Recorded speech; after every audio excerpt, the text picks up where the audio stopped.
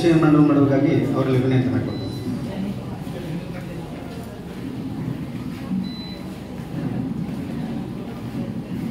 ಎಲ್ಲರಿಗೂ ನಮಸ್ಕಾರಗಳು.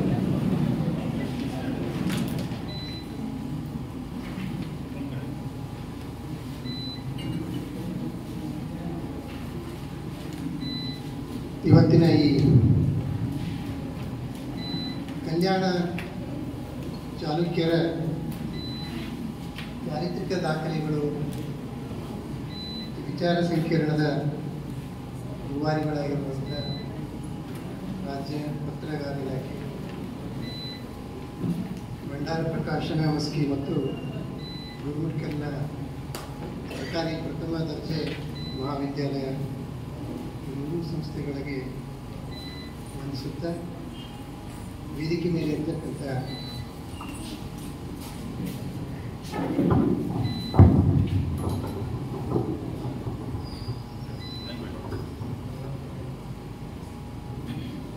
ಸಹ ಪ್ರಬಂಧಕಾರರೇ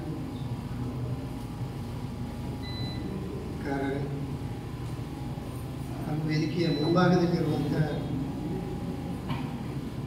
ವಿದ್ವಾಂಸರೇ, ಇತಿಹಾಸ ಆಸಕ್ತರೇ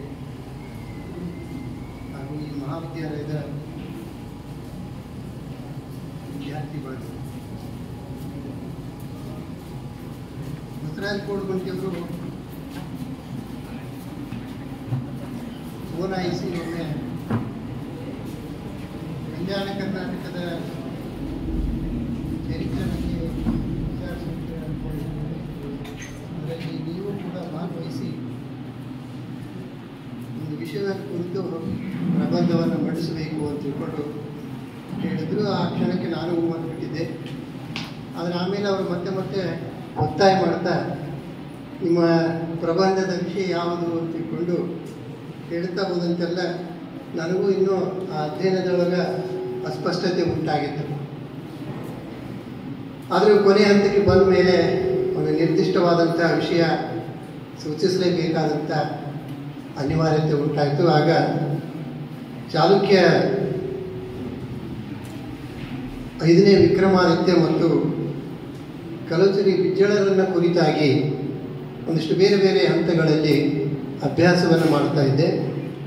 ಅದಕ್ಕೆ ಪೂರಕವಾಗಿ ಈ ಶೀರ್ಷಿಕೆ ಒಪ್ಪಬಹುದು ಅಂತ ತಿಳ್ಕೊಂಡು ನಾನು ಕೂಡ ಅವರಿಗೆ ಸೂಚನೆಯನ್ನು ಮಾಡಿದೆ. ರಾಷ್ಟ್ರಕೂಟರ ಸಾಮಂತರಾಗಿದ್ದಂಥ ಚಾಲುಕ್ಯರು ಆನಂತರದಲ್ಲಿ ಚಕ್ರವರ್ತಿಗಳಾಗಿ ಆಳ್ವಿಕೆಗೆ ನಿಂತುಕೊಂಡ ಮೇಲೆ 2ನೇ ತೈಲಪ, ಇರುವ ಬಿಡಂಗ, ಸತ್ಯಾಶ್ರಯ, ಆನಂತರ ದಶವರ್ಮನ ಮಗ 5ನೇ ವಿಕ್ರಮಾದಿತ್ಯರು ಕ್ರಮವಾಗಿ ಈ ಸಾಮ್ರಾಜ್ಯವನ್ನು ಆಳಲಿಕ್ಕೆ ಪ್ರಾರಂಭ ಮಾಡಿದರು. ಈ ಅವಧಿಯಲ್ಲಿಯೇ ತರಿಕಾಡು ನಾಡು ಪ್ರದೇಶವನ್ನು ಮಂಗಳವೇಡಿ ರಾಜಧಾನಿಯಿಂದ ಕಲಚುರಿಗಳು ಆಳ್ವಿಕೆಯನ್ನು ಮಾಡ್ತಾ ಇದ್ರು. ಅವರು ಸಾಮಂತರಾಗಿ ಈ ಎರಡೂ ಮನೆತನಗಳ ಬಗೆಗೆ ಹಲವಾರು ಮಾಹಿತಿಗಳು ಕನ್ನಡ ಶಾಸನಗಳಲ್ಲಿ ನಮಗೆ ಸಿಗುತ್ತೆ. ನಾನು ಈ ಶಾಸನಗಳ ಜೊತೆಗೆ ಅದಕ್ಕೆ ಪೂರಕವಾಗಿ ಒಂದಿಷ್ಟು ಇತರ ವಿಚಾರಗಳನ್ನು ಕೂಡ ಈ ಸಂದರ್ಭದಲ್ಲಿ ಪ್ರಸ್ತಾಪ ಮಾಡಲಿಕ್ಕೆ ಇಷ್ಟಪಡ್ತಾ ಇದ್ದೇನೆ. ಅಂದರೆ ಶಾಸನಗಳ ಜೊತೆಗೆ ಅದಕ್ಕೆ ಅದನ್ನ ಅನ್ಯಜ್ಞಾನ ಶಿಸ್ತಿನ ಮೂಲಕವಾಗಿ ಇತರ ಪೂರಕವಾಗಿರ್ತಕ್ಕಂಥ ಆಕರಗಳನ್ನು ಕೂಡ ಬಳಸಿಕೊಂಡು ಈ ಎರಡೂ ಮನೆತನಗಳ ಅಧ್ಯಯನವನ್ನು ಮಾಡಲಿಕ್ಕೆ ಪ್ರಬಂಧದ ಮೂಲಕವಾಗಿ ಪ್ರಯತ್ನವನ್ನು ಮಾಡ್ತಾ ಇದ್ದೇನೆ. ಮೊದಲನೇದಾಗಿ 5ನೇ ವಿಕ್ರಮಾದಿತ್ಯ ಕ್ರಿಸ್ತಕ 1008ರಿಂದ 1015ರವರೆಗೆ ಬಹಳ ಅಲ್ಪ ಅವಧಿಯವರೆಗೆ ಮಾತ್ರ ಈತ ಅಧಿಕಾರದಲ್ಲಿ ಇದ್ದ ಅನ್ನುವಂಥ ಮಾಹಿತಿ ಶಾಸನಗಳ ಮೂಲಕವಾಗಿ ನಮಗೆ ತಿಳಿದು ಬರುತ್ತೆ. ಮುಖ್ಯವಾಗಿ ಮಸ್ಕಿ ಶಾಸನ ಕ್ರಿಸ್ತಕ 1010 ಒಂದು ಶಾಸನದೊಳಗೆ ಸತ್ಯಾಶ್ರಯ ಕುಲತಿಳಕ ತ್ರಿಭುವನ ಮಲ್ಲದೇವ ಅವನ ಆಡಳಿತವನ್ನು ಮಾಡ್ತಾ ಇದ್ದ. ಆತನ ಕೆಳಗಡೆ ಕುಮಾರ ವೃತ್ತಿಯಿಂದ ಈತನ ಸಹೋದರನಾಗಿರ್ತಕ್ಕಂಥ ಜಯಸಿಂಹ ಎಡದೊರೆ ಕಿಚ್ಚಾಸಿರ ವಿಭಾಗವನ್ನು ಆಳ್ತಾ ಇದ್ದ ಅನ್ನುವಂಥ ಮಾಹಿತಿ ನಮಗೆ ಸಿಗುತ್ತೆ. ಇದರ ಜೊತೆಗೆ ನವಿಲೆ ಶಾಸನ ಕ್ರಿಸ್ತಕ 1014 ಈ ಶಾಸನದಲ್ಲಿ ಕೂಡ ವಿಕ್ರಮಾದಿತ್ಯನ ಅಧೀನದೊಳಗ ಆತನ ಈ ಸಹೋದರ ಜಯಸಿಂಹ ಈ ಪ್ರದೇಶದೊಳಗ ಇದ್ದ ಅನ್ನುವಂಥ ಮಾಹಿತಿ ಸಿಗುತ್ತೆ. ಹೀಗಿದ್ದರೂ ಕೂಡ ಅಂದ್ರೆ ಅವರಿಗೆ ಅಲ್ಲಿ ಗಜಕೇಸರಿ ಅನ್ನುವಂಥದ್ದು ಒಂದು ವಿಶೇಷವಾದಂಥ ಪದವನ್ನು ಬಳಸ್ತಾರೆ. ಕುಮಾರ ಗಜಕೇಸರಿ ಅಂತ ತಿಳ್ಕೊಂಡು ಅವನು ಕುಮಾರ ವೃತ್ತಿಯಿಂದ ಈ ಪ್ರದೇಶವನ್ನು ಆಳ್ತಾ ಇದ್ದ ಅನ್ನುವಂಥದ್ದು ಕ್ರಿಸ್ತಕ 1010 ಮತ್ತು 1014 ಎರಡೂ ಶಾಸನಗಳಿಂದ ನಮಗೆ ಸ್ಪಷ್ಟವಾಗುತ್ತೆ. ಹೀಗಿದ್ದಾಗಲೂ ಕೂಡ ಮಹಾರಾಷ್ಟ್ರದ ಒಂದು ಶಾಸನ ಮುರಂ ಅಂತಿಕೊಂಡು ಮಹಾರಾಷ್ಟ್ರದ ಒಂದು ಶಾಸನ ಕ್ರಿಸ್ತಕ 1013 ಅದರ ಕಾಲ ಆ ಶಾಸನ ಜಯಸಿಂಹ ಚಕ್ರವರ್ತಿ ಪೊಟ್ಟಳಕೆರೆಯ ನೆಲವೇಡಿನಿಂದ ಸುಖ ಸಂಕತಾವಿನೋದದಿ ರಾಜ್ಯವು ಗೆಯುತ್ತೀರೇ ಅನ್ನುವಂಥ ಮಾತು ಬರುತ್ತೆ. ಈ ಮಾತನ್ನು ಆಧರಿಸಿ ವಿದ್ವಾಂಸರು 5ನೇ ಚಕ್ರವರ್ತಿಯ ನಂತರದೊಳಗ ಕ್ರಿಸ್ತಕ 1013 ಜಯಸಿಂಹ ಅಧಿಕಾರಕ್ಕೆ ಬಂದಿರಬೇಕು ಅನ್ನುವಂಥ ಒಂದು ಊಹೆಯನ್ನು ಮಾಡ್ತಾರೆ. ಆದರೆ ನಾನು ಆಗಲೇ ಹೇಳಿದ ಹಾಗೆ ನವಿಲೆಯ 1014 ಸ್ಪಷ್ಟವಾಗಿ ಚಕ್ರವರ್ತಿಯ ಕೆಳಗಡೆ ಅವನು ಕುಮಾರ ವೃತ್ತಿಯಿಂದ ಎಡದೊಡೆ ಇತ್ಯಾಸರವನ್ನು ಆಳ್ತಾ ಇದ್ದ ಅನ್ನುವಂಥ ಮಾತು ಕೂಡ ಬರುತ್ತೆ. ಶಾಸನಗಳಲ್ಲಿ ಈ ಬಗೆಯಾಗಿರ್ತಕ್ಕಂಥ ಹಲವಾರು ಮಾಹಿತಿಗಳು ಹೆಚ್ಚು ಕಡಿಮೆ ಕೆಲವು ಸಲ ಆಗ್ತಿರ್ತವೆ. ಅದಕ್ಕೆ ಬೇರೆ ಬೇರೆಯಾಗಿರ್ತಕ್ಕಂಥ ಕಾರಣಗಳು ಕೂಡ ಇವೆ ಅನ್ನುವಂಥದ್ದನ್ನು ನಾವು ಗಮನಿಸ್ಕೊಳ್ಬೇಕು. ಯಾಕೆ ಅಂತ ಕೇಳಿದ್ರೆ ಈಗಾಗಲೇ ಪ್ರೊಫೆಸರ್ ಪರಮೇಶ್ವರಮೂರ್ತಿ ಅವರು ಹೇಳಿದ ಹಾಗೆ ಯುದ್ಧ ನಿಮಿತ್ತವಾಗಿ ರಾಜ್ಯವನ್ನು ರಕ್ಷಣೆ ಮಾಡಬೇಕು ಅನ್ನುವಂಥ ಕಾರಣಕ್ಕಾಗಿ ಸಾಮ್ರಾಟರು ಬೇರೆ ಬೇರೆ ಪ್ರದೇಶಗಳಲ್ಲಿ ಸಂಚಾರವನ್ನು ಮಾಡಬೇಕಾಗುತ್ತೆ. ಅಂಥ ಸಂದರ್ಭಗಳಲ್ಲಿ ಇಲ್ಲಿ ಅಂಥದ್ದೊಂದು ಏನಾದರೂ ಘಟನೆ ನಡೆದಿರಬಹುದೇ ಅಂತ ತಿಳ್ಕೊಂಡು ನಾನು ಈ ಶಾಸನಗಳನ್ನು ಕುರಿತಾಗಿ ಅಧ್ಯಯನ ಮಾಡುತ್ತಾ ಹೊರಟಾಗ ಆಂಧ್ರ ಪ್ರದೇಶದ ನಲ್ಗೊಂಡ ಜಿಲ್ಲೆಯ ಚಿಲ್ಕೂರು ಅನ್ನುವಂಥದ್ದು ಒಂದು ಶಾಸನ ಕ್ರಿಸ್ತಕ 1012 ಈ ಶಾಸನದಲ್ಲಿ 5ನೇ ವಿಕ್ರಮಾದಿತ್ಯ ನೋಡಿ ಅಲ್ಲಿ 1010 ಮತ್ತು 1014 ಮಸ್ಕಿ ಮತ್ತು ನವಿಲೆ ಶಾಸನಗಳು, ಇಲ್ಲಿ 1012 ಈ 1012 ವಿಕ್ರಮಾದಿತ್ಯನ ಶಾಸನದಲ್ಲಿ ವಿಕ್ರಮಾದಿತ್ಯನನ್ನು ಕುರಿತು ಹೇಳ್ತಾರೆ. ಏನು ಹೇಳ್ತಾರೆ ಅಂದರೆ ಉತ್ತರ ದಿಗ್ವಿಜಯಾರ್ಥ ಮಾಳವ ಭೋಜದೇವ ನಿರ್ಮೂಲನಾಪೇಕ್ಷದಿ ಪಯನಿಯ ತಡಿಯ ನೆಲೆವೇಡಿನಲ್ಲಿ ಇದ್ದನು. ಈ ಶಾಸನ ಬಹಳ ಸ್ಪಷ್ಟವಾಗಿ ಹೇಳುತ್ತೆ ಅವನು ಉತ್ತರ ಭಾರತದ ಕಡೆಗೆ ಯುದ್ಧ ನಿಮಿತ್ತವಾಗಿ ಹೋಗಿದ್ದ ಅಂತಿಕೊಂಡು. ಹೀಗೆ ರಾಜರು ಬೇರೆ ಬೇರೆ ಕಾರಣಗಳಿಗಾಗಿ ಈಗೆಲ್ಲ ಸಂಚಾರವನ್ನು ಮಾಡ್ತಾರೆ. ಹಿಂದಿನ ಒಂದು ಗೋಷ್ಠಿಯೊಳಗೆ ವಿದ್ಯಾರ್ಥಿಯೊಬ್ಬರು ಯಾರು ಪ್ರಶ್ನೆ ಮಾಡಿದ್ರು, ಉತ್ತರ ಕಡೆಗೆ ಅವ್ರು ಹೋಗಿದ್ದೇನೆ ಅಂತಿಕೊಂಡು ಕೇಳಿದ್ರೆ ಅದಕ್ಕೆ ಉತ್ತರಗಳು ಶಾಸನಗಳಲ್ಲಿ ಕೂಡ ಇದೆ. 6ನೇ ವಿಕ್ರಮಾದಿತ್ಯ ನರ್ಮದಾ ನದಿಯ ತೀರದೊಳಗಿದ್ದ ಅಂತ ತಿಳ್ಕೊಂಡು ರಾಯಚೂರು ಜಿಲ್ಲೆಯ ಕಲ್ಲೂರಿನ ಒಂದು ಶಾಸನ ಹೇಳುತ್ತೆ. ಅಂದರೆ ನರ್ಮದಾ ತೀರದವರೆಗೂ ಕೂಡ ಅವ್ರು ಹೋಗಿದ್ರು ಅಂತ ಕೂಡ ಇಲ್ಲಿ 5ನೇ ವಿಕ್ರಮಾದಿತ್ಯನನ್ನು ಕುರಿತಾಗಿ ಈ ಮಾತು ಬಂದಿರುವುದರಿಂದ, ಅಂದರೆ ಇದು 1012 ಶಾಸನವಾಗಿರುವುದರಿಂದ ಹೀಗೆ ಅವನು ಉತ್ತರದ ಯುದ್ಧ ನಿಮಿತ್ತ ಹೋದ ಸಂದರ್ಭದಲ್ಲಿ ಯಾಕೆ 13 ಜಯಸಿಂಹನ ಅಧಿಕಾರಕ್ಕೆ ಬಂದ್ಬಿಟ್ಟಿದ್ದ, ಅವನನ್ನು ಚಕ್ರವರ್ತಿಯಾಗಿ ಶಾಸನಗಳು ಹೇಳ್ತವೆ ಅಂತ ಕೂಡ ಕೇಳಿದ್ರೆ ನಾನು ಒಂದು ಊಹೆ ಮಾಡಿದಷ್ಟೇ. ಅದು ವಿದ್ವಾಂಸರು ಕೂಡ ಹಾಗೆ ಊಹೆ ಮಾಡಿದ್ದಾರೆ. ಈಗ ಯುದ್ಧಕ್ಕೆ ಹೋಗಿರ್ತಕ್ಕಂಥವನು ಬಹುಶಃ ಯುದ್ಧದೊಳಗೆ ಮಡಿದಿರಬೇಕು, ಅಥವಾ ಅಷ್ಟು ದೂರದವರೆಗೆ ಹೋಗಿರುವಂಥ ಸಂದರ್ಭದಲ್ಲಿ ಈ ವಿಸ್ತಾರವಾಗಿರ್ತಕ್ಕಂಥ ಸಾಮ್ರಾಜ್ಯವನ್ನು ನೋಡಿಕೊಳ್ಳುವ ಯಾವುದೋ ಕಾರ್ಯ ಚಟುವಟಿಕೆಯ ಭಾಗವಾಗಿ ಒಂದಿಷ್ಟು ಚಟುವಟಿಕೆ ಇದ್ದಂಥ ರಾಜರಾಗಿರುವಂಥ ಸಂದರ್ಭಗಳಲ್ಲಿ ಅವರು ತಮ್ಮನ್ನು ಚಕ್ರವರ್ತಿ ಅಂತಲೂ ಕೂಡ ಘೋಷಿಸಿಕೊಂಡಿರಬೇಕು ಅನ್ನುವಂಥ ಒಂದು ಊಹೆಯನ್ನು ಮಾಡಲಿಕ್ಕೆ. ಯಾಕಂದರೆ ಈ 3 ಶಾಸನಗಳಲ್ಲಿ 10, 14 12, 13 ಹೀಗೆ ಈ 3 ಶಾಸನಗಳ ಸಂದರ್ಭದಲ್ಲಿ ವಿಕ್ರಮಾದಿತ್ಯನನ್ನ, ಜಯಸಿಂಹರನ್ನ ಮಾಂಡಳಿಕರಾಗಿ ಮತ್ತು ಚಕ್ರವರ್ತಿಯಾಗಿ ಘೋಷಿಸ್ತಾ ಇವೆ ಶಾಸನ ಅನ್ನುವಂಥದ್ದನ್ನು ನಾವು ಗಮನಿಸಿಕೊಳ್ಬೇಕು.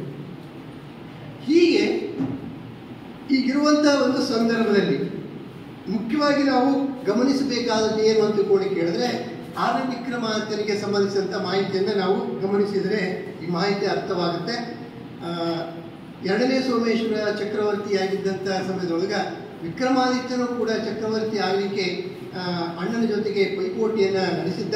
ತನ್ನದೇ ಆಗಿರ್ತಕ್ಕಂಥ ಒಂದಿಷ್ಟು ಆಪ್ತ ಮಂಡಳಿಕರ ಒಂದು ಸಂಘಟನೆಯನ್ನು ಅವನು ಮಾಡ್ತಾ ಇದ್ದ ಅನ್ನುವಂಥದ್ದನ್ನು ನಾಗಯ್ಯನವರು ಕೂಡ ತಮ್ಮ ಪ್ರಬಂಧದೊಳಗೆ ಅಲ್ಲಲ್ಲಿ ಆ ಶಾಸನಗಳನ್ನು ಉಲ್ಲೇಖಿಸಿ ಅವರು ಅದನ್ನು ಸೂಚನೆಯನ್ನು ಕೊಡ್ತಾರೆ. ಬಹುಶಃ ಈ ಸಂದರ್ಭದಲ್ಲಿ ಕೂಡ ಹಾಗಾಗಿತ್ತು, ಅಥವಾ ದೂರದ ಅಷ್ಟು ಉತ್ತರದ ಭಾಗಕ್ಕೆ ಹೋದಂಥ ಸಂದರ್ಭದೊಳಗೆ ಚಕ್ರವರ್ತಿ ಮರಳಿ ಬಾರದೆ ಇವನೇ ಅನಿವಾರ್ಯವಾಗಿ ಅಧಿಕಾರಕ್ಕೆ ಏರಬೇಕಾಗಿರ್ತಕ್ಕಂಥ ಪ್ರಸಂಗ ಬಂತು, ಇದಿನ್ನೂ ಸ್ಪಷ್ಟ ಇಲ್ಲ, ಇದೊಂದು ನನ್ನ ಊಹೆ ಅಷ್ಟೇ, ಆಗಿರಬಹುದು ಅಂತ ತಿಳ್ಕೊಂಡು ಹೇಳಿದ್ರೆ ವಿದ್ವಾಂಸರು ಹೇಳುವಂಥ 13ಕ್ಕೆ ಜಯಸಿಂಹ ಪಟ್ಟಕ್ಕೆ ಬಂದ ಅನ್ನುವಂಥದ್ದನ್ನು ನಾವು ಒಪ್ಪಿಕೊಳ್ಳಬಹುದು.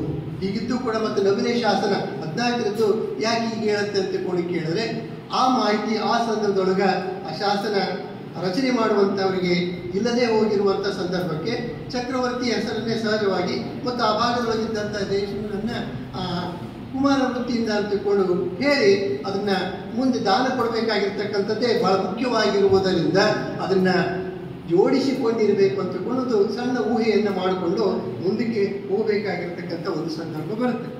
ಇದರ ಜೊತೆಗೆ ಇಲ್ಲಿ ನಾವು ಅನೇಕ ಅಂಶಗಳನ್ನು ನಾವು ಗಮನಿಸ್ಕೊಳ್ಬೇಕು. ಏನು ಅಂತ ತಿಳ್ಕೊಂಡು ಕೇಳಿದ್ರೆ, ಇಲ್ಲಿ ಇಂಡಿ ಅನ್ನುವಂಥದ್ದು ವಿಜಯಪುರ ಜಿಲ್ಲೆಯೊಳಗೆ ಇಂಡಿ ತಾಲೂಕೊಳಗೆ ರೂಗಿ ಅನ್ನುವಂಥದ್ದು ದೂರು. ಆ ರೂಗಿಯ ಕ್ರಿಸ್ತಶಕ 1015ರ ಒಂದು ಶಾಸನ. ಈ ಶಾಸನದೊಳಗೆ ಏನು ಹೇಳ್ತಾನೆ ಅಂತ ತಿಳ್ಕೊಂಡು ಕೇಳಿದ್ರೆ, ಆ ಚಾಲುಕ್ಯರ ಒಂದು ವಂಶಾವಳಿಯನ್ನು ಕೊಡ್ತಾ, 100 ಮಡಿ ತೈಲಪ್ಪನ ಮಗ ಇರುವ ಬೆಡಂಗ, ಆತನ ತಮ್ಮ ಗೋರೈಕೆ ಮಲ್ಲ ದಶವರ್ಮದೇವ, ಆತನ ಮಗ ತ್ರಿಭುವನವಲ್ಲ ವಿಕ್ರಮಾದಿತ್ಯ, ಆತನ ತಮ್ಮ ಅಯ್ಯಣ, ಆತನ ತಮ್ಮ ಕರಹಾಟ ವಜ್ರಕವಾಟ ಕೊಂಕಣ ಭಯಂಕರ ಅಣ್ಣರ ಬಂಟ ವಸುದೈಕ ಮಲ್ಲನ ಪಾದ ಪಂಕಜ ಭ್ರಮರ ದೇವಣರಸರು ಆತನ ಮಾಹಿತಿಯನ್ನು ಹೇಳ್ತಾರೆ. ಈ ದೇವಣರಸ 5ನೇ ವಿಕ್ರಮಾದಿತ್ಯನ ಕಿರಿಯ ಸಹೋದರ, ಅಂದರೆ ಜಯಸಿಂಹನ ಕಿರಿಯ ಸಹೋದರ. ಈ ಜಯಸಿಂಹ ಮತ್ತು ವಿಕ್ರಮಾದಿತ್ಯರ ಮಧ್ಯದೊಳಗಿರ್ತಕ್ಕಂಥ ಈ ಸಹೋದರ ನೋಡಿ, ಇಲ್ಲಿ ಇದು 15ರೊಳಗಿರ್ತಕ್ಕಂಥ ಶಾಸನ. ಈ 15ರೊಳಗಿರುವಂಥ ಶಾಸನವೂ ಕೂಡ 5ನೇ ವಿಕ್ರಮಾದಿತ್ಯನನ್ನ ಚಕ್ರವರ್ತಿ ಅಂತಲೇ ಕರೀತಾರೆ. ಹೀಗಾಗಿ ಇಲ್ಲಿ ಆ ಅಣ್ಣನ ಆಡಳಿತ ಸಂದರ್ಭದೊಳಗೆ ಸಹೋದರ ಪ್ರಾಂತವನ್ನ ಬಹುಶಃ ಆಳ್ತಾ ಇರಬೇಕು ಅಂತ ಒಂದು ಊಹೆಯನ್ನು ಮಾಡ್ಬೋದು. ಆದರೆ ಶಾಸನದ ಭಾಗದೊಳಗೆ ಈ ದೇವಣರಸನ ಕುರಿತು ಹೇಳುತ್ತೆ, ಆ ದೇವಣರಸ ಯಾವ ಪ್ರದೇಶವನ್ನು ಆಳ್ತಿದ್ದ ಅಂತ ಕೇಳಿದ್ರೆ ಆ ಶಾಸನದಲ್ಲಿ ಅದಕ್ಕೆ ಉತ್ತರ ಇಲ್ಲ. ದೇವಳನ್ನ ಹೇಳುತ್ತೆ ಅಷ್ಟೇ, ಆದರೆ ಅವನು ಯಾವ ಪ್ರದೇಶವನ್ನು ಆಳ್ತಿದ್ದ ಇತ್ಯಾದಿ ಯಾವ ಮಾಹಿತಿ ಕೂಡ ಆ ಶಾಸನದಿಂದ ನಮಗೆ ತಿಳಿದುಕೊಳ್ಳಲಿಲ್ಲ. ಆ ಕಾರಣಕ್ಕಾಗಿ ನಾನು ಆಗಲೇ ಹೇಳಿದ ಹಾಗೆ ಈ ವಿಕ್ರಮಾದಿತ್ಯ ಉತ್ತರದ ದಿಗ್ವಿಜಯಕ್ಕೆ ಹೋದಂಥ ಸಂದರ್ಭದೊಳಗೆ, ಬಹಳ ದೂರದ ಹೋಗಿರ್ತಕ್ಕಂಥ ಸಂದರ್ಭದೊಳಗೆ ಅವನು ಮರಳಿ ಬರುವ ಸಮಯ ಬಹುಶಃ ಬಹಳ ಹಿಡಿದಿರುವ ಕಾರಣಕ್ಕಾಗಿ ಅಯ್ಯಣ, ಆನಂತರ ಈ ದೇವಣರಸ ಇವರಿಬ್ಬರು ಕೂಡ ಆ ಪ್ರದೇಶವನ್ನು ಆಳ್ತಾ ಇದ್ರು. ರಾಜನ ಹಾಗೆಯೇ ಒಂದಿಷ್ಟು ಅದನ್ನು ನೋಡಿಕೊಳ್ತಾ ಇದ್ರು ಅಂತ ತಿಳ್ಕೊಂಡು ನಾವು ಊಹೆ ಮಾಡಲಿಕ್ಕೆ ಅವಕಾಶ ಇದೆ. ಇದು ಏನಾದರೂ ಇಲ್ಲಿ ಮುಖ್ಯವಾಗಿ ನಾನು ಹೇಳಲಿಕ್ಕೆ ಹೊರಟಿರುವಂಥದ್ದು, ಇದರ ಜೊತೆಗೆ ಇವರು ಮಾಂಡಳಿಕರಾಗಿರುವಂಥ, ಇವರು ಚಕ್ರವರ್ತಿಗಳಾಗಿರುವಂಥ ಸಂದರ್ಭದಲ್ಲಿ ಇವರ ಮಾಂಡಳಿಕರಾಗಿ ಕೆಲಸ ಮಾಡ್ತಕ್ಕಂಥ ಕಲಚರುಗಳ ಬಗ್ಗೆ ಒಂದಿಷ್ಟು ಮಾಹಿತಿಯನ್ನು ನಾನಿಲ್ಲಿ ಕೊಡಬೇಕಾಗಿದೆ. ಮುಖ್ಯವಾಗಿ ಕೊಲ್ಲಾಪುರ ಶಿಲಾಹಾರರ ಬಗ್ಗೆ ಒಂದಿಷ್ಟು ಹೇಳಬೇಕಾಗಿದೆ. ಈಗಾಗಲೇ ವಿದ್ವಾಂಸರು ಹೇಳಿದ ಹಾಗೆ ಚೋಳರು ಕೊಲ್ಲಾಪುರದವರೆಗೂ ಹೋಗಿ ಮಹಾಲಕ್ಷ್ಮಿಯ ಕೊಲ್ಲಾಪುರವನ್ನು ನಾಶ ಮಾಡಿದರು ಅನ್ನುವಂಥ ಮಾಹಿತಿಯನ್ನು ಬರ್ತಾರೆ. ಇವೆಲ್ಲವುಗಳನ್ನು ನಾವು ಗಮನಿಸಿಕೊಳ್ಬೇಕು. ಇಲ್ಲಿ ಕೊಲ್ಲಾಪುರ ಶಿಲಾಹಾರನ ಕುರಿತಾಗಿರ್ತಕ್ಕಂಥ ಒಂದು ಶಾಸನ, ಮಾರಸಿಂಹನಿಗೆ ಸಂಬಂಧಿಸಿದಂಥ ಒಂದು ಶಾಸನದೊಳಗೆ ಅವರ ವಂಶಾವಳಿಯನ್ನು ಕೊಡ್ತಾರೆ. ಈ ಮಾರಸಿಂಹನಿಗೆ 2ನೆಯ ಕುಹಾಲ, ಬಲ್ಲಾಳ, ಎರಡನೆಯ ಗೊಂಕ, ಭೋಜ, ಗಂಡರಾದಿತ್ಯ ಎನ್ನುವಂಥ 5 ಜನ ಮಕ್ಕಳಿದ್ರು. ಇವರೊಳಗ ಭೋಜ ಎನ್ನುವಂಥವನು ಕದಂಬ ವಂಶದ ಶಾಂತರಸನ ಶಿರವನ್ನ ಕೊಯ್ದು ಚಕ್ರವರ್ತಿ 6ನೇ ವಿಕ್ರಮಾದಿತ್ಯನ ಪಾದಕ್ಕೆ ಅರ್ಪಿಸಿದ ಅಂತ ಕೂಡ ಶಾಸ್ತ್ರದಲ್ಲಿ ಆ ಮಾತು ಬರುತ್ತೆ. ಇಲ್ಲಿ ಕೊಂದಿರ್ತಕ್ಕಂಥವನು ಶಿಲಹಾನ ವಂಶದ ಭೋಜ. ಅಷ್ಟಕ್ಕೆ ಆ ಶಾಸ್ತ್ರ ನಿಂದಲಿಲ್ಲ. ಇನ್ನೂ ಒಂದು ಮಾತನ್ನು ಮುಂದುವರಿಸುತ್ತೆ. ಏನಂತ ಕೇಳಿದ್ರೆ, ಸೂರ್ಯಾನ್ವಯಾಂಬರ ರವಿಸ ಬಿಜ್ಜಳೋಪಿ ಚಕ್ರೇ. ಬಿಜ್ಜಳ ಅನ್ನುವಂಥ ಸೂರ್ಯವಂಶಕ್ಕೆ ಸೇರಿರ್ತಕ್ಕಂಥ ಬಿಜ್ಜಳ ಅನ್ನುವಂಥ ಒಬ್ಬ ಅರಸನನ್ನು ಕೂಡ ಅವನು ಕೊಂದು 6ನೇ ವಿಕ್ರಮಾದಿತ್ಯನಿಗೆ ಅರ್ಪಿಸಿದ ಅನ್ನುವಂಥ ಮಾತು ಆ ಶಾಸ್ತ್ರದಲ್ಲಿ ಬರುತ್ತೆ. ವಿ ಮಿರಾಶಿಯವರು ಈ ಬಿಜ್ಜಳ ಯಾರು ಅಂತ ತಿಳ್ಕೊಂಡು ಅವರು ಮರಾಠಿಗೆ ಸಂಬಂಧಪಟ್ಟಂಥ ಸುದೀರ್ಘವಾದಂಥ ತಮ್ಮ ಅಧ್ಯಯನದೊಳಗೆ ಅವರು ಈತ ಮೊದಲನೆಯ ಕಲಚುರಿ ಬಿಜ್ಜಳ ಇರಬೇಕು, ಜೋಗವನ ಚಿಕ್ಕಪ್ಪ ಇರಬೇಕು ಅಂತ ತಿಳ್ಕೊಂಡು ತಮ್ಮ ಕೃತಿಯೊಳಗೆ ಅವರು ಪ್ರಸ್ತಾಪವನ್ನು ಮಾಡ್ತಾರೆ. ಇದಕ್ಕೆ ಪೂರಕವಾಗಿ ಅವರು ಆ ಊಹೆ ಅವತ್ತಿನ ಅವರ ಕೃತಿಯೊಳಗೆ ಆ ಊಹೆ ಮಾಡಿದ್ರು ಕೂಡ ನಮ್ಗೆ ಅದಕ್ಕೊಂದಿಷ್ಟು ಆಧಾರಗಳು ಸಿಗ್ತವೆ. ಏನು ಆಧಾರಗಳು ಅಂತ ತಿಳ್ಕೊಂಡು ಕೇಳಿದ್ರೆ, ಮಾಡಿಗಿ ಹಾಳು ಅನ್ನುವಂಥದ್ದು ಒಂದು ಶಾಸನ ಕ್ರಿಸ್ತಕ 1172, ಅದು ಇತ್ತೀಚಿನ ಶಾಸನ ಆಗಿದ್ರು ಕೂಡ. ಇದ್ರ ಜೊತೆಗೆ ಚಡಚಣದ ಕ್ರಿಸ್ತಕ 1057, ಈ 2 ಶಾಸನಗಳು ನಮಗೆ ವಿರಾಶಿಯವರ ಊಹೆಗೆ ಒಂದಿಷ್ಟು ಆಧಾರಗಳನ್ನು ಅದು ಕೊಡ್ತವೆ. ಮಾಡಿಯಾಳ ಶಾಸನ ಏನು ಹೇಳುತ್ತಂತ ತಿಳ್ಕೊಂಡು ಕೇಳಿದ್ರೆ, ಈ ಕನ್ನಮ್ಮನ ಮಗ ಬಿಜ್ಜಳ ಇತ್ಯಾದಿ ವಂಶವನ್ನಷ್ಟೇ ಹೇಳುತ್ತೆ. ಆದರೆ ಅಲ್ಲಿಗೆ ಆ ವಿವರಗಳನ್ನು ಅದು ನಿಲ್ಲಿಸಿಬಿಡುತ್ತೆ. ಆದರೆ ಚಡಚಣ ಶಾಸನ ಕ್ರಿಸ್ತಕ 1057ರ ಚಡಚಣ ಶಾಸನ ಏನು ಹೇಳುತ್ತಂದ್ರೆ, ಬಿಜ್ಜಳ ಮಂಗಳಿವೇಳಿ ನೆಲವೇಳಿನಿಂದ ಆಳ್ತಾ ಇದ್ದ ಅನ್ನುವಂಥ ಮಾತನ್ನು ಹೇಳುತ್ತೆ. ಈ ಬಿಜ್ಜಳನೇ ಮೊದಲನೇ ಬಿಜ್ಜಳ ಅನ್ನುವಂಥದ್ದು ಸ್ಪಷ್ಟವಾಗಿರ್ತಕ್ಕಂಥ ವಿಚಾರ. ಇದನ್ನೇ ಆಧರಿಸಿಕೊಂಡು ಬಹುಶಃ ಮಿರಾಶಿಯವರು ಆತ ಜೋಗವನ ಚಿಕ್ಕಪ್ಪ ಆಗಿರಬೇಕು ಅಂತ ತಿಳ್ಕೊಂಡು ಅವರು ಊಹೆಯನ್ನು ಮಾಡಿದರು. ಇಲ್ಲಿ ಕೊಲ್ಲಾಪುರ ಶಿಲಾಹಾರರು ಮೊದಲಿನಿಂದಲೂ ಕೂಡ ಇವರು ಚಾಲುಕ್ಯರ ನಿಷ್ಠಾವಂತರಾಗಿರ್ತಕ್ಕಂಥ ರಾಜರಾಗಿದ್ದರು. ಈ ಚಾಲುಕ್ಯ ನಿಷ್ಠಾವಂತರಾಗಿರ್ತಕ್ಕಂಥ ಇವರ ಮೇಲೆ ಈ ಕಲಚುರಿಗಳು ಪದೇ ಪದೇ ದಾಳಿ ಮಾಡುವುದರ ಮೂಲಕವಾಗಿ ಆ ಪ್ರದೇಶವನ್ನು ತಮ್ಮ ವಶ ಮಾಡಿಕೊಳ್ಳುವುದರ ಜೊತೆಗೆ ಅವರನ್ನು ಒಂದು ಹಂತಕ್ಕೆ ತಳ್ಳಬೇಕು ಅನ್ನುವಂಥದ್ದು, ಆ ಮೂಲಕ ತಮ್ಮ ಪ್ರತಿಷ್ಠೆಯನ್ನು ಹೆಚ್ಚಿಸಿಕೊಳ್ಬೇಕು ಅಂತ ತಿಳ್ಕೊಂಡು ನಿರಂತರವಾಗಿ ಅವರು ಪ್ರಯತ್ನವನ್ನು ಮಾಡ್ತಿದ್ರು. ಆ ಪ್ರಯತ್ನದ ಭಾಗವಾಗಿಯೇ ಬಹುಶಃ ಈ ಕಲಚುರಿಗಳು ಮತ್ತು ಶಿಲಾಹಾರರ ಮಧ್ಯೆ ಪದೇ ಪದೇ ಯುದ್ಧ ನಡೀತು. ಆದರೆ ಈ ಯುದ್ಧದಲ್ಲಿ ಕಲಚುರಿಗಳು ಸೋಲ್ತಾರೆ ಎನ್ನುವಂಥ ಮಾತು ಕೂಡ ನಮಗೆ ಶಾಸನದಲ್ಲಿ ಸಿಗುತ್ತೆ.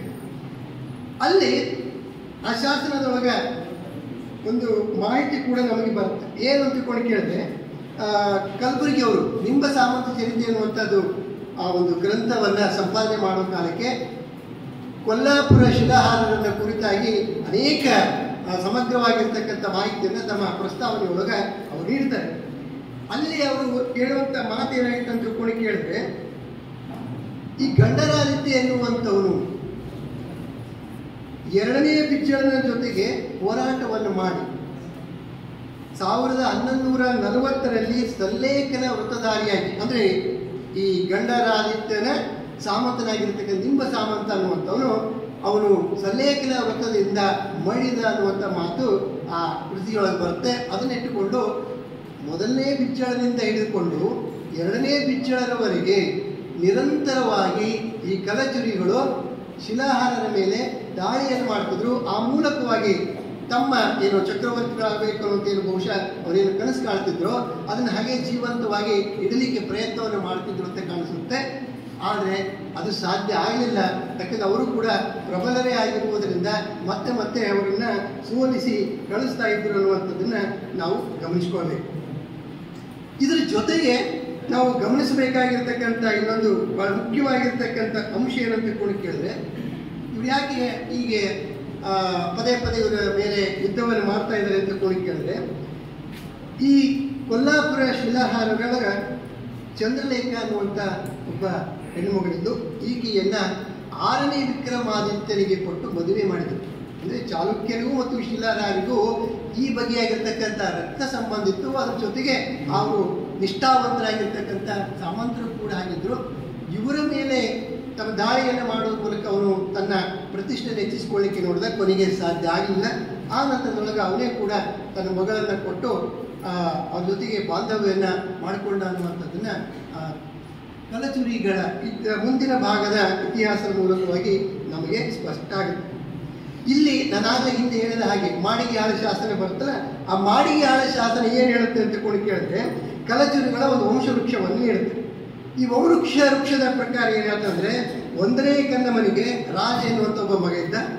ಇವನಿಗೆ ಅಮ್ಮುಗಿ, ಸಂಕಮ, ಜೋಗಮ ಎನ್ನುವಂಥ 3 ಜನ ಮಕ್ಕಳಿದ್ರು ಅನ್ನುವಂಥದ್ದನ್ನ ಅಷ್ಟೇ ಹೇಳುತ್ತೆ.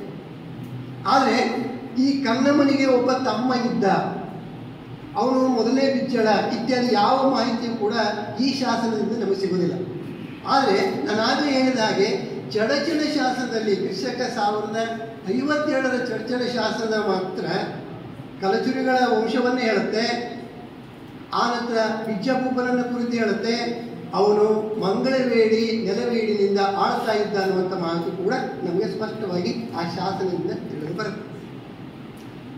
ಹೀಗಾಗಿ ಈ ಕನ್ನಮನ ನಂತರದಲ್ಲಿ ರಾಜನ ನಂತರದೊಳಗ ಮೊದಲೇ ಬಿಜ್ಜಳ ಅವರು ಮಂಗಳವೇಡಿ ಪ್ರಾಂತವನ್ನ ತನ್ನ ಆಳ್ವಿಕೆಗೆ ತೆಗೆದುಕೊಂಡಿದ್ದ ಅನ್ನುವಂಥದ್ದನ್ನ ನಾವು ಅರ್ಥ ಮಾಡ್ಕೊಳ್ಬೇಕು. ನಾನು ಮೊದಲು ಒಂದಿಷ್ಟು ಯೋಚನೆ ಮಾಡಿದೆ.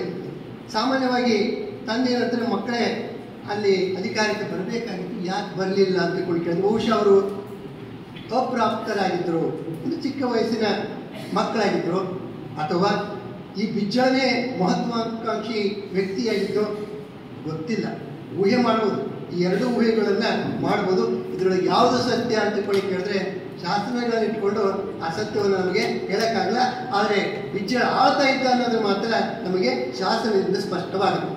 ಇನ್ನೂ ಒಂದು ಹೆಜ್ಜೆ ಮುಂದೋದ್ರೆ ಕ್ರಿಸ್ತಕ 1067 ಅದೇ ಚಡಚಣ ಗ್ರಾಮದ ಇನ್ನೊಂದು ಶಾಸನ ಈ ಬಿಜ್ಜಳನ ಮಗ 2ನೇ ಕನ್ನಮ ಅದೇ ಮಂಗಳವಾಡಿ ನೆಲವೇಡಿನಿಂದ ಆಳ್ತಾ ಇದ್ದ ಅಂತಕೊಂಡು ಹೇಳುತ್ತೆ.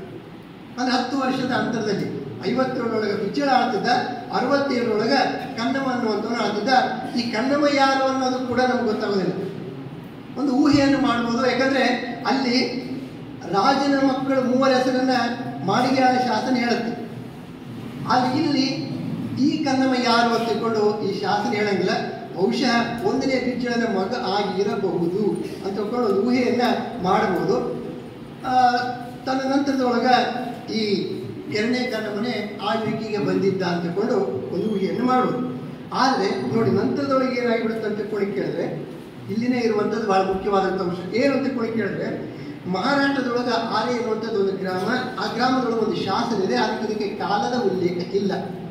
ಕಾಲದ ಉಲ್ಲೇಖ ಇಲ್ಲದಂತ ಈ ಆರೆ ಗ್ರಾಮದ ಒಂದು ಶಾಸನದಲ್ಲಿ ಏನ್ ಹೇಳ್ತಾರೆ ಅಂತ ಕೇಳಿದ್ರೆ, ಗಂಡರಾದಿತ್ಯ ಎಂಬುವನು ಬಿಜ್ಜಭೂಪನ ಆನೆಯ ಮೇಲೆ ಏರಿ ಹೋಗಿ ತನ್ನ ಪರಾಕ್ರಮವನ್ನು ಮೆರೆದ ಅನ್ನುವಂಥದ್ದು ಒಂದು ವೀರಗಲ್ಲ ಶಾಸನ.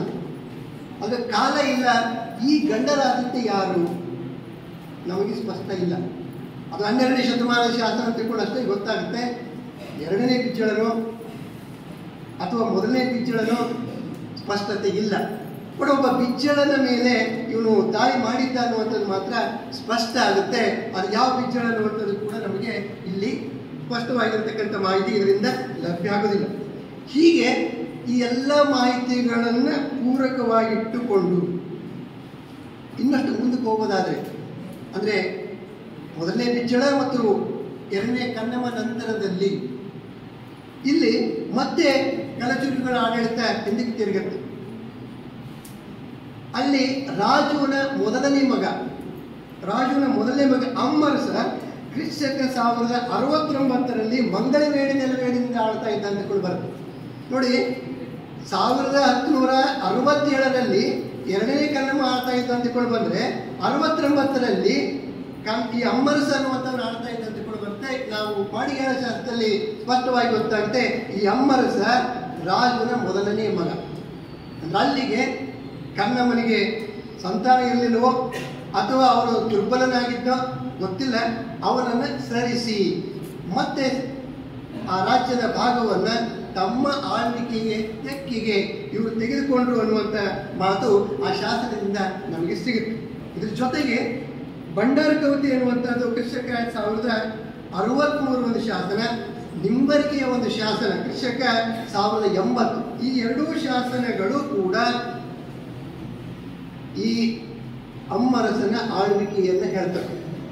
ಇವರ ನಂತರದಲ್ಲಿ ಅಕ್ಕಲಕೋಟೆ ಶಾಸನ 1092 ಈ ವಂಶದ ಜೋಗಮ ಮಂಗಳವೇಡಿ ನೆಲವೇಡಿನಿಂದ ಆಳ್ತಾ ಇದ್ದ ಅಂತ ಹೇಳ್ತಾರೆ. ಅಲ್ಲಿಗೆ ಅಮ್ಮರಸ ನಂತರದೊಳಗ ಜೋಗಮ ಮಂಗಳವೇಡಿಯಿಂದ ಕ್ರಮವಾಗಿ ಆಳಿದ್ರು ಅಂತ ಬರುತ್ತೆ. ಅವರ ವಂಶಾವಳಿಯಲ್ಲಿ ಬಿಜ್ಜಳನನ್ನ ಮತ್ತು ಅವರ ಮಗ ಎರಡನೇ ಕಮ್ಮರಸನನ್ನ ಹೇಳದೆ ಹೋದರೂ ಕೂಡ ಈ ಶಾಸನಗಳ ಆಳ್ವಿಕೆಯನ್ನು ಗಮನಿಸಿದರೆ ಅದೊಂದು ವಂಶಾವಳಿ ಚಿತ್ರವನ್ನು ಎರಡೂ ಶಾಸನಗಳನ್ನು ಇಟ್ಟುಕೊಂಡು ಒಂದು ರೂಪಿಸಿದ್ದಾರೆ. ಬಹುಶಃ ಮಿರಾಜಿಯವರಿಗೆ ಇದು ಗಮನಿಸಿದ್ರು ಅಂತ ಕಾಣಿಸುತ್ತೆ. ಅದಕ್ಕೆ ಅವರು ಜೋಗಮನ ಚಿಕ್ಕಪ್ಪ ಅಂತ ತಿಳ್ಕೊಂಡು ಅವರ ಹೊತ್ತಿಗೆ ಊಹಿಸಿದ್ರು. ಇವೆರಡೂ ಶಾಸನಗಳ ಬಲದಿಂದ ನಾವು ಈ ಒಂದು ವಂಶವೃಕ್ಷವನ್ನು ಕಲಚುರಿಗಳ ಒಂದು ವಂಶವೃಕ್ಷವನ್ನು ನಾವು ಇಲ್ಲಿ ಗಮನಿಸಿಕೊಳ್ಬೇಕು. ಇದಿಷ್ಟು ಶಾಸನಗಳಿಂದ ನಾನು ಈ 5ನೇ ವಿಕ್ರಮಾದಿತ್ಯ ಮತ್ತು ಕಲಚುರಿಗಳನ್ನು ಕುರಿತಾಗಿ ಗಮನಿಸಿರುವಂಥದ್ದು ಅಂಶ. ಆದರೆ ಇಲ್ಲಿ ನಾನು ಇನ್ನೂ ಹೇಳಬೇಕಾಗಿರ್ತಕ್ಕಂಥ ಒಂದು ಮುಖ್ಯವಾಗಿರ್ತಕ್ಕಂಥ ಅಂಶ ಇದೆ. ಇಲ್ಲೊಂದು ಸಾಂಸ್ಕೃತಿಕವಾಗಿರ್ತಕ್ಕಂಥ ಒಂದು ಘರ್ಷಣೆ ನಡೆದಿದೆ. ಆ ಘರ್ಷಣೆಯನ್ನು ಅನ್ಯಜ್ಞಾನ ಶಿಸ್ತುವಿನ ಮೂಲಕವಾಗಿ ಇತರ ಆಕಾರಗಳನ್ನು ಬಳಸಿಕೊಂಡು ಅದನ್ನು ಇಲ್ಲಿ ಪ್ರಸ್ತಾಪವನ್ನು ಮಾಡಬೇಕಾಗಿದೆ. ಅದೇನು ಅಂತ ಕೇಳಿದ್ರೆ, ಕಲಚುರಿಗಳು ಮಂಗಳವೇಡಿಯನ್ನು ಆಳುತ್ತಿರುವಂಥ ಸಂದರ್ಭದಲ್ಲಿ ಮಂಗಳವೇಡಿಗೂ ಸೊಲ್ಲನೆಗೂ ಮತ್ತು ಮಾಸನೂರು ಅಂತ ಕೂಡ ಒಂದು ಊರು ಬರುತ್ತೆ.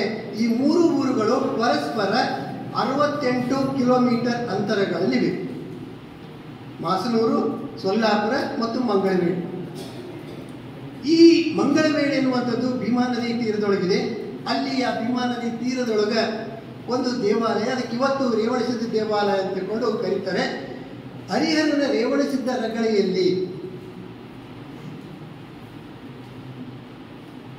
ರೇವಣಸಿದ್ಧ ಮಾಸನೂರಿಗೆ ಬಂದು ವಿಕ್ರಮಾದಿತ್ಯನಿಗೂ ಆನಂತರ ಬಿಜ್ಜಳನಿಗೂ ಒಂದೊಂದು ಖಡ್ಗವನ್ನು ಕೊಟ್ಟ ಅನ್ನುವಂಥ ಮಾಹಿತಿ ಆತನ ಚರಿತ್ರೆಯಲ್ಲಿ ಬರುತ್ತೆ.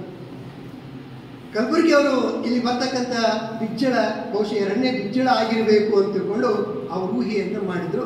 ಆದರೆ ವಿಕ್ರಮಾದಿತ್ಯ ಯಾರು ಅಂತ ತಿಳ್ಕೊಂಡು ಕೇಳಿದ್ರೆ ಅದು ಇದುವರೆಗೂ ಯಾರೂ ಕೂಡ ಅದನ್ನು ಗುರುತಿಸಲಿಕ್ಕೆ ಹೋಗಿಲ್ಲ.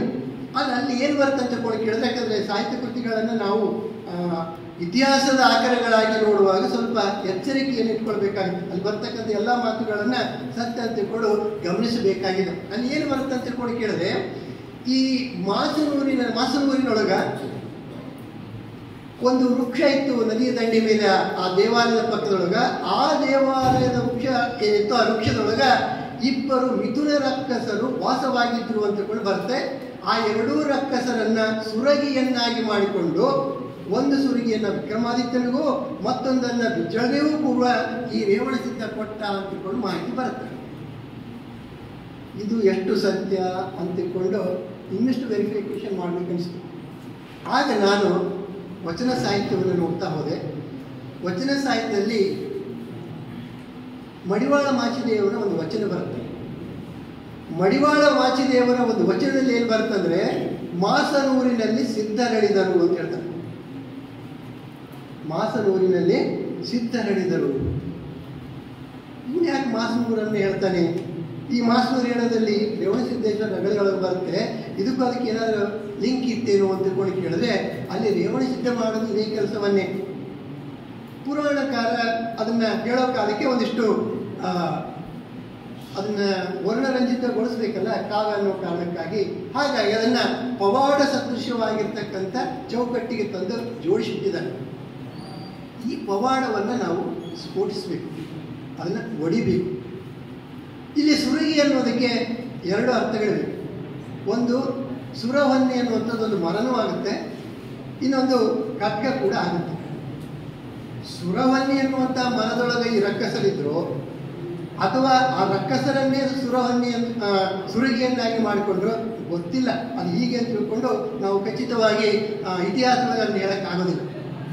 ಆದರೆ ಸತ್ಯ ಏನಂತ ತಿಳ್ಕೊಂಡು ಕೇಳಿದ್ರೆ, ಈತ ಆ ಕೆಲಸ ಮಾಡಿದ್ದು ಸತ್ಯ ಅನ್ನುವಂಥದ್ದು ಬರುತ್ತೆ. ಅಲ್ಲಿ ಇಲ್ಲೇ ಇರುವಂಥದ್ದು ಒಂದು ಸಮಸ್ಯೆ ಏನಂತ ಕೊಂಡು ಕೇಳಿದ್ರೆ, ಆತ ಹೇಳುವಂಥ ವಿಕ್ರಮಾದಿತ್ಯ ಯಾರು ಅಂತ ಕೊಂಡು ಕೇಳಿದ್ರೆ ಉಜ್ಜಯಿನಿ ವಿಕ್ರಮಾದಿತ್ಯ ಅಂತ ಹೇಳ್ತಾನೆ. ಇದು ಇನ್ನೂ ಜಟಿಲವಾದಂಥ ಪ್ರಶ್ನೆ. ಕಲ್ಯಾಣದ ವಿಕ್ರಮಾದಿತ್ಯ ಅಂತ ತಿಳ್ಕೊಂಡು ಹೇಳಿದ್ರೆ ನಮ್ಮ ಪ್ರಶ್ನೆ ಸರಳವಾಗಿ ದಾಟಿಕೊಂಡು ಹೋಗ್ಬಿಡ್ತಿತ್ತು. ಅದನ್ನ 5ನೇ ವಿಕ್ರಮಾದಿತ್ಯನೋ ಅಥವಾ 6ನೇ ವಿಕ್ರಮಾದಿತ್ಯನೋ ಅಂತ ತಿಳ್ಕೊಂಡು ನಾವು ಅದನ್ನ ಗಂಟು ಹಾಕುವುದಾಗಿತ್ತೇನೋ. ಆದರೆ ಇಲ್ಲ, ಅವರು ಉಜ್ಜಯಿನಿಯ ವಿಕ್ರಮಾದಿತ್ಯ ಅಂತಲೇ ಹೇಳ್ತಾರೆ. ಸಾಮಾನ್ಯವಾಗಿ ಶಾಸನಗಳಲ್ಲಿ ದಾನವನ್ನು ಕೊಡುವಾಗ ರಾಜರು ಎಲ್ಲಿ ಇದ್ರು ಅನ್ನುವಂತ ಹೇಳೋದನ್ನ ನೆಲೆವೀಡು ಅಂತ ಕರೀತಾರೆ.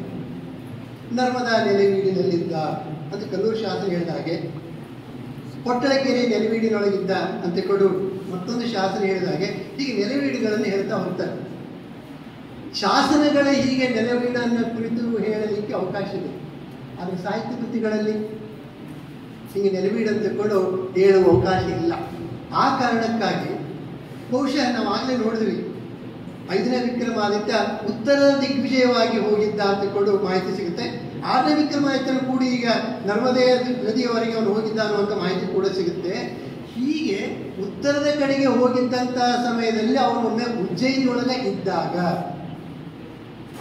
ಇವರು ಅವನಿಗೆ ಆ ಖಡ್ಗವನ್ನು ಕೊಟ್ಟರು ಅಥವಾ ಮಾಸೂರಿಗೆ ಬಂದು ಆ ಖಡ್ಗವನ್ನು ತೆಗೆದುಕೊಂಡ್ರು ಗೊತ್ತಿಲ್ಲ. ಈ ಇಬ್ಬರು ವ್ಯಕ್ತಿಗಳಲ್ಲಿ ನನ್ನ ಊಹೆಯ ಪ್ರಕಾರ ಈತ 5ನೇ ವಿಕ್ರಮಾದಿತ್ಯ ಅಲ್ಲ ಅಂತ ಅನ್ಸುತ್ತೆ. 5ನೇ ವಿಕ್ರಮಾದಿತ್ಯನ ಕೂಡ ನಾವು ಊಹೆಯನ್ನು ಮಾಡ್ಕೊಂಡ್ಬಿಟ್ರೆ 5ನೇ ವಿಕ್ರಮಾದಿತ್ಯ 1008ರಿಂದ 1015ರವರೆಗೆ ಮಾತ್ರ ಇದ್ದ. ಆದರೆ ಈ ಘಟನೆ ನಡೆದಿರುವಂಥದ್ದಕ್ಕೆ ಬಿಚ್ಚಳನ್ನು ಜೋಡಿಸಿಕೊಳ್ಬೇಕಾಗಿದೆ. ಅಲ್ಲಿ ಬಿಚ್ಚಳಗೂ ಕೂಡ ಖಡ್ಗವನ್ನು ಕೊಟ್ಟಿದ್ದಾರೆ ಅನ್ನುವಂಥ ಮಾಹಿತಿ ಬರುತ್ತೆ. ನಾವು ಮೊದಲನೇ ಬಿಚ್ಚಳ ಅಂತ ತಿಳ್ಕೊಂಡು ಹೇಳಿದ್ರೆ ಅವನು 1057ರೊಳಗಿದ್ದ. ಇಲ್ಲಿಯೇ ಇನ್ನೊಂದು ಸಮಸ್ಯೆ ಇದೆ. ಏನು ಸಮಸ್ಯೆ ಅಂತ ತಿಳ್ಕೊಂಡು ಕೇಳಿದ್ರೆ, ಇದೇ ರೇವಣ ಸಿದ್ಧ ಸಿದ್ದರಾಮನ ಜನನದ ಭವಿಷ್ಯ ನುಡಿದ ಅಂತ ತಿಳ್ಕೊಂಡು ಅದೇ ರೇವಣ ಸಿದ್ಧರುಗಳು ಹೇಳುತ್ತೆ. ಸಿದ್ದರಾಮ 1130 1120 ಈ ಅವಧಿಯೊಳಗೆ ಆತ ಜನಿಸಿದ್ದಾನೆ ಅಂತ ತಿಳ್ಕೊಂಡು ವಚನ ಸಾಹಿತ್ಯದೊಳಗೆ ಒಂದಿಷ್ಟು ಮಾಹಿತಿ ಸಿಗುತ್ತೆ. 1108 ಅಥವಾ 10ರೊಳಗೆ ಇದ್ದಂಥವ್ರು 1130 ತನಕ ನಮಗೆ ತಂದು ನಿಲ್ಲಿಸಲಿಕ್ಕೆ ಸಾಧ್ಯ ಇಲ್ಲ. ಇಷ್ಟು ಸುದೀರ್ಘವಾಗಿ ಅದು ಒಂದನ್ನು ಗಮನಿಸಿಕೊಳ್ಬೇಕು. ಕಲಬುರ್ಗಿ ಅವರು ಈ ರೇವಣ ಸಿದ್ಧರನ್ನು ಕುರಿತು ಹೇಳೋ ಕಾಲಕ್ಕೆ ಕ್ರಿಸ್ತಶಕ 1027ರ ಕಕ್ಕೇರಿ ಶಾಸನ, 1170ರ ಸಿರಿವಾಳ ಶಾಸನ, ಇವೆರಡೂ ಶಾಸನಗಳಲ್ಲಿ ರೇವಣ ಸಿದ್ಧನ ಮಾಹಿತಿ ಬರುತ್ತೆ. ಇದರ ಜೊತೆಗೆ ಕ್ರಿಸ್ತಶಕ 1207ರ ಕೋತಗಲ್ಲ ಶಾಸನದಲ್ಲಿ ಕೂಡ ರೇವಣ ಸಿದ್ಧ ಬರುತ್ತೆ. ಈ ರೇವಣ ಸಿದ್ಧ ರಗಳೆಯೊಳಗೆ ಏನು ಹೇಳ್ತಾರೆ ಅಂತ ಕೂಡ ಕೇಳಿದ್ರೆ, ಅವರು 700 ವರ್ಷ ಸುಪ್ತವಾಗಿ 7 ವರ್ಷ ಪ್ರಕಟವಾಗಿ ಬದುಕಿದ್ದ ಅನ್ನೋದನ್ನ ಕಲಬುರ್ಗಿ ಅವರು ಅವನ್ನ ಸುದೀರ್ಘವಾಗಿ ಜೀವಿಸಿದ್ದ ಅಂತಕೊಂಡು ಅವರು ಅದನ್ನ ಊಹೆಯನ್ನು ಮಾಡಿ ಇವನು 1127ರಿಂದ 1207ರವರೆಗೆ ಇದ್ದ ಅಂತಕೊಂಡು ಅವರು ತಮ್ಮ ಒಂದು ಲೇಖನದೊಳಗೆ ಪ್ರಸ್ತಾಪವನ್ನು ಮಾಡ್ತಾರೆ. ಇಷ್ಟು ಸುದೀರ್ಘವಾಗಿ ಅವರಿದ್ದ ಅಂತಕೊಂಡು ಹೇಳುವುದು ಎಷ್ಟು ಸತ್ಯ ಅಂತಕೊಂಡು ಯೋಚನೆ ಮಾಡೋಕ್ಕಿಂತ ಪೂರ್ವದೊಳಗೆ ಆ ಶಾಸನಗಳಲ್ಲಿ ಬರ್ತಕ್ಕಂಥ ಮಾಹಿತಿಯನ್ನು ಗಮನಿಸಿಕೊಳ್ಬೇಕು. ಶಿರ್ವಾಳ ಶಾಸನದಲ್ಲಿ ಹೇಳುವಂಥ ರೇವಣ ಸಿದ್ಧ ಶ್ರೀಚೆ ನಂದಿಮಠರು ಅದನ್ನು ಮೊದಲು ಪ್ರಸ್ತಾಪ ಮಾಡಿದ್ರು. ಆನಂತರ ಬೇರೆ ಬೇರೆ ವಿದ್ವಾಂಸರು ಕಲಬುರಗಿಯವರೆಗೆ ಅದು ಪ್ರಸ್ತಾಪ ಮಾಡ್ತಾ ಬಂದರು. ಶಿರ್ವಾಳ ಶಾಸನದಲ್ಲಿ ಬರುವಂಥ ರೇವಣ ಸಿದ್ಧ ನೆನವಿಗಿ ಶಾತಿಮಯ್ಯನ ಶಿಷ್ಯ.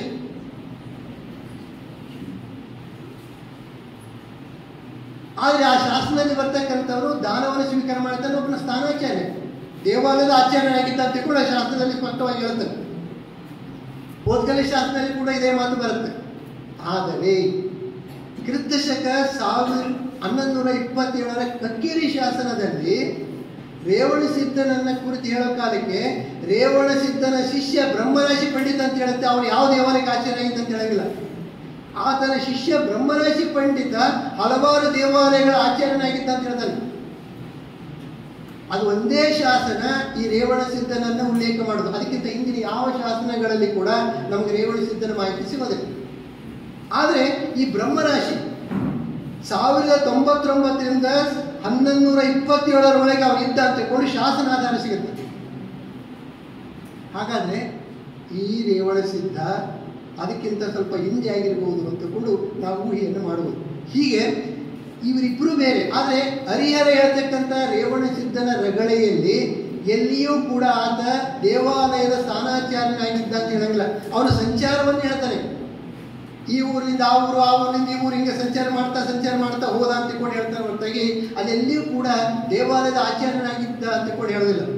ಆದರೆ ಕಕ್ಕೇರಿ ಶಾಸನದಲ್ಲಿ ಅವನ ಹೆಸರು ಮಾತ್ರ ಉಲ್ಲೇಖ ಬರ್ತಾ ಇರುವುದರಿಂದ ಆ ರೇವಣ ಸಿದ್ಧನ ಜೊತೆಗೆ ಹರಿಹರ ಹೇಳುವಂಥ ಈ ರೇವಣ ಸಿದ್ಧನನ್ನು ಜೋಡಿಸಿಕೊಳ್ಳಬಹುದು. ಇದೆಷ್ಟು ಸತ್ಯವೋ ನನಗೂ ಇನ್ನು ಗೊತ್ತಿಲ್ಲ. ಜೋಡಿಸಿಕೊಳ್ಳುವಂಥ ಅವಕಾಶ ಇದೆ. ಒಂದು ವೇಳೆ ಜೋಡಿಸಿಕೊಂಡರೆ ಇಲ್ಲಿ ರೇವಣ ಸಿದ್ಧ ರಗಳೆಯಲ್ಲಿ ಬರುವಂಥ ವಿಕ್ರಮಾದಿತ್ಯನನ್ನ ನಾವು 6ನೇ ವಿಕ್ರಮಾದಿತ್ಯನಿಗೆ ಜೋಡಿಸಿಕೊಳ್ಳಬಹುದೇ ಹೊರತಾಗಿ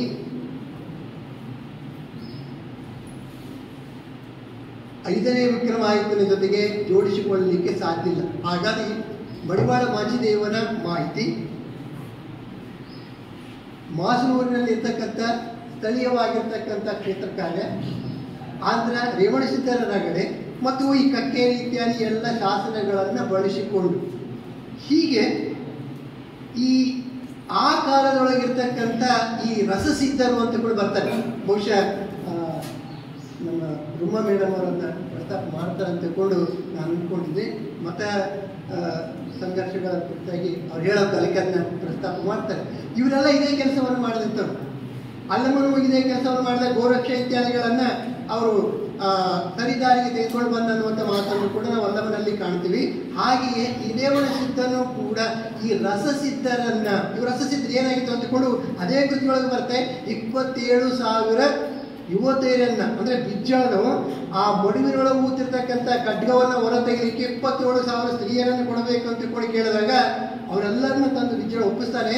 ಕೊನೆಗೆ ಒಬ್ಬ ಮಹಿಳೆಯ ಕೊರತೆ ಉಂಟಾದಾಗ ಆತನ ಮಗಳು ರೇಖವೆಯನ್ನು ಕೂಡ ತಂದು ಒಪ್ಪಿಸಿದ ಅನ್ನುವಂಥ ಮಾತನ್ನು ಬೆಳಿತಾನೆ. ಇದರಿಂದ ನಮಗೆ ಸ್ಪಷ್ಟವಾಗುವಂಥದ್ದು ಅಂಶ ಏನಂತ ಕೂಡ ಕೇಳಿದ್ರೆ, ಈ ಎಲ್ಲ ವ್ಯಕ್ತಿಗಳು ಅಂದರೆ ನಾಥ ಮತ್ತು ಸಿದ್ಧ ಸಂಪ್ರದಾಯ ಈ ವ್ಯಕ್ತಿಗಳು ವಾಮಾಚಾರದಲ್ಲಿ ತೊಡಗಿದ್ರು. ಅವರು ಸ್ತ್ರೀಯರನ್ನ, ಶಿಶುಗಳನ್ನ ಹತ್ಯೆ ಮಾಡುವುದು, ಜನಗಳನ್ನ ತಮ್ಮ ತಾಂತ್ರಿಕವಾಗಿರ್ತಕ್ಕಂಥ ವಿದ್ಯೆಯ ಮೂಲಕವಾಗಿ ಅವರಿಗೆ ಭಯಪಡಿಸುವಂಥ ಒಂದು ಕೆಲಸವನ್ನು ಮಾಡ್ತಿದ್ರು. ಅವರು ಹೀಗೆ ಭಯಪಡಿಸುವಂಥ ವ್ಯವಸ್ಥೆಯನ್ನ ಅವರ ಜೊತೆಗೆ ವಾದ ಮಾಡಿದ್ರು. ಕಾದಾಟ ಮಾಡಲಿಕ್ಕೆ ಸಾಧ್ಯ ಇಲ್ಲ ಅಂತ ನಾನು ಅನ್ಕೊಂಡಿದ್ದೇನೆ. ಅವರಿಬ್ಬರ ಮಧ್ಯದೊಳಗ ಮಾತಿನ ವಾಗ್ವಾದ ನಡೆದು ಕೊನೆಯೊಳಗ ಈ ಸಿದ್ಧರು ಅಳಿದರು ಅಥವಾ ಅವರು ಅಲ್ಲಿಂದ ತೆರವಾದರು ಅಥವಾ ಅವರು ತಮ್ಮ ವಾಮಾಚಾರ ಮಾರ್ಗವನ್ನು ಬಿಟ್ಟರು ಅಂತ ಕೂಡ ನಾವು ಊಹಿಸ್ಕೊಳ್ಬೋದು. ಇದನ್ನೇ ಮಡಿವಾಳ ಮಾಚಿದೇವ ಮಾಸನೂರಿನಲ್ಲಿ ಸಿದ್ಧರು ಅಳಿದರು ಅನ್ನುವಂಥ ಮಾತನ್ನು ಹೇಳುತ್ತೆ. ಹಾಗಾಗಿ ಇಲ್ಲಿ ಒಂದು ಬಗೆಯಾಗಿರ್ತಕ್ಕಂಥ ಒಂದು ಸಂಘರ್ಷ ನಡೆದಿದೆ, ಮಾತಿನ ಸಂಘರ್ಷ. ಅದು ಅವರ ವಾಮಾಚಾರಗಳನ್ನು ತಿದ್ದುವಂಥ ಈ ಕೆಲಸವನ್ನು ಮಾಡಿದ್ರೆ ವಾಸ್ತವವಾಗಿ ಇವನು ನಿಜವಾಗಿಯೂ ಆ ವಿಕ್ರಮಾದಿತ್ಯನಿಗೊಂದು ಆಮೇಲೆ ಬಿಜ್ಜಳನಿಗೊಂದು ಖಡ್ಗವನ್ನು ಕೊಟ್ಟನೋ ಅದು ವಾಸ್ತವನೋ ಇಲ್ಲವೋ ಅಂತ ತಿಳ್ಕೊಂಡು ಇತಿಹಾಸದ ಚೌಕಟ್ಟಿನೊಳಗೆ ನಮಗೆ ಹೇಳಲಿಕ್ಕಾಗೋದಿಲ್ಲ. ಅದು ಕಾವ್ಯದೊಳಗೆ ಬರುವಂಥ ಮಾತಾಗಿರುವುದರಿಂದ. ಆದರೆ ಇವರಿಬ್ಬರ ಒಂದು ಚಾರಿತ್ರಿಕವಾಗಿರ್ತಕ್ಕಂಥ ಇಲ್ಲೆಲ್ಲ ಆ ಕಾಲದೊಳಗನೆ ಹಾಗೆ 12ನೇ ಶತಮಾನದಲ್ಲಿ ಈ ಬಗೆಯಾಗಿರ್ತಕ್ಕಂಥ ಚಟುವಟಿಕೆಗಳು ನಡೆದವು. ಈ ಕಾಲದಲ್ಲಿ ಕೂಡ ಇವು ನಡೆದು ಅನ್ನುವಂಥ ಮಾಹಿತಿ ನಮಗೆ ಈ ಎಲ್ಲ ವಿಷಯಗಳ ಮೂಲಕವಾಗಿ ಸ್ಪಷ್ಟವಾಗುತ್ತೆ. ಇಂಥ ಒಂದಿಷ್ಟು ಮಾಹಿತಿಗಳನ್ನು ಅಧ್ಯಯನ ಮಾಡಿ ನಾವು ಚರಿತ್ರೆಯೊಳಗೆ ದಾಖಲು ಮಾಡುತ್ತಾ ಹೋದರೆ ಅಲ್ಲಿರುವಂಥ ಇನ್ನಿತರ ಬೇರೆ ಬೇರೆಯಾಗಿರ್ತಕ್ಕಂಥ ಆಕಾರಗಳನ್ನು ನಾವು ಜೋಡಿಸಿಕೊಂಡಾಗ ಆ ಕಾಲದ ನಡೆದಿರ್ತಕ್ಕಂಥ ಇನ್ನಿತರ ಬೇಕಾದಷ್ಟು ಇಂಥ ವ್ಯವಸ್ಥೆಗಳನ್ನು ಮತ್ತಷ್ಟು ರೀತಿಯೊಳಗೆ ನಮಗೆ ಹೊರಗಡೆ ತರಲಿಕ್ಕೆ ಸಾಧ್ಯ ಆಗುತ್ತೆ ಅನ್ನುವಂಥದ್ದನ್ನ ಈ ಪ್ರಬಂಧದ ಉದ್ದಕ್ಕೂ ಕೂಡ ನಾನು ಪ್ರಸ್ತಾವವನ್ನು ಮಾಡ್ತಾ ಬಂದಿದ್ದೇನೆ. ಇಂಥದ್ದೊಂದು ವಿಶಿಷ್ಟವಾಗಿರ್ತಕ್ಕಂಥ, ಯಾಕಂದರೆ ಇಲ್ಲಿ ನಾನು ಅದು ಯಾಕೆ ಉಜ್ಜಯಿನಿಯೊಳಗಿರ್ತಕ್ಕಂಥ ವಿಕ್ರಮಾದಿತ್ಯ ಅಂತಕೊಂಡು ಹೇಳಿದೆ ಅಂತಕೊಂಡು ಕೇಳಿದ್ರೆ ಶಾಸನದಲ್ಲಿ ಒಂದು ಮಾತು ಬರ್ತದೆ. ಅಲ್ಲಿ ನಾಗಯ್ಯ ಒಂದು ಶಾಸನದೊಳಗೆ ಕ್ರಿಸ್ತಕ 1058 ನಾಗಯ್ಯ ಒಂದು ಶಾಸನದಲ್ಲಿ 1ನೇ ಸೋಮೇಶ್ವರನನ್ನು ಕುರಿತು ಒಂದು ಮಾತು ಬರುತ್ತೆ. ಏನು ಬರುತ್ತೆ ಅಂತ ಕೊಂಡು ಕೇಳಿದ್ರೆ, ಆ 1ನೇ ಸೋಮೇಶ್ವರ ಉಜ್ಜಯಿನಿಯಂ ಕೊಕ್ಕು ದಾಳಿ ಇಟ್ಟು ಸುಟ್ಟನು ಅಂತ ಕೂಡ ಮಾತು ಬರುತ್ತೆ. ಇದು ಶಾಸನದಲ್ಲಿ ಇರುವಂಥ ಮಾತು. ಇಷ್ಟು ಮೇಲೆ ನಮಗೆ ಸ್ಪಷ್ಟ ಆಗುತ್ತೆ ಇವರು ಉಜ್ಜಯಿನಿಗೆ ಹೋಗಿದ್ರು. ಇವನು ಉಜ್ಜಯಿನಿಗೆ ಹೋಗಿದ್ದ ಅಂತ ಕೂಡ ಕೇಳಿದ್ರೆ ವಿಕ್ರಮಾದಿತ್ಯನೋ ಅದು 1ನೇ ವಿಕ್ರಮಾದಿತ್ಯನೋ 6ನೇ ವಿಕ್ರಮಾದಿತ್ಯನೋ ಗೊತ್ತಿಲ್ಲ. ಈ ವಿಕ್ರಮಾದಿತ್ಯನು ಕೂಡ ಅಲ್ಲಿಗೆ ಹೋಗಿರಬಹುದು ಅಂತಕೊಂಡು ಅವರ ಉತ್ತರದ ಪ್ರಯಾಣವನ್ನು ಅವಲಂಬಿಸಿ ನಾವು ಊಹೆಯನ್ನು ಮಾಡಲಿಕ್ಕೆ ಸಾಧ್ಯ ಆಗುತ್ತೆ. ಹೀಗೆ ಈ ಒಟ್ಟಾರೆ ಶಾಸನಗಳನ್ನು ಬಳಸಿಕೊಂಡು ಒಂದಿಷ್ಟು ಕಲಚುರಿಗಳನ್ನು, ಒಂದಿಷ್ಟು ಕಲ್ಯಾಣ ಚಾಲುಕ್ಯರನ್ನು, ಆನಂತರ ಅವರ ಕಾಲದಲ್ಲಿ ನಡೆದಿರ್ತಕ್ಕಂಥ ಮತೀಯವಾಗಿರ್ತಕ್ಕಂಥ ಸಂಘರ್ಷವನ್ನು ಚರಿತ್ರೆಯೊಳಗ ನಾವು ದಾಖಲು ಮಾಡಲಿಕ್ಕೆ ಸಾಧ್ಯ ಆಗುತ್ತೆ ಅನ್ನುವಂಥ ವಿಷಯವನ್ನು ಮುಂದೆ ಪ್ರಸ್ತಾವನೆ ಮಾಡ್ತಾ ಇಂಥದ್ದೊಂದು ವಿಷಯವನ್ನು ಮಂಡಿಸಲಿಕ್ಕೆ ಅವಕಾಶವನ್ನು ಕೊಟ್ಟಿರ್ತಕ್ಕಂಥ ಭಂಡಾರ ಪ್ರಕಾಶನದ ಸ್ನೇಹಿತರಾಗಿರ್ತಕ್ಕಂಥ ಬಸವರಾಜ ಕೋಡಗುಂಟಿ ಅವ್ರನ್ನ ಮತ್ತು ಇದುವರೆಗಿನ ನನ್ನ ಮಾತುಗಳನ್ನು ಕೇಳಿರ್ತಕ್ಕಂಥ ಎಲ್ಲ ವಿದ್ವಾಂಸರಿಗೆ ವಿದ್ಯಾರ್ಥಿಗಳಿಗೆ ವಂದಿಸಿ ನನ್ನ ಮಾತುಗಳನ್ನು ಮುಗಿಸ್ತೇನೆ. ಎಲ್ಲರಿಗೂ ನಮಸ್ಕಾರ.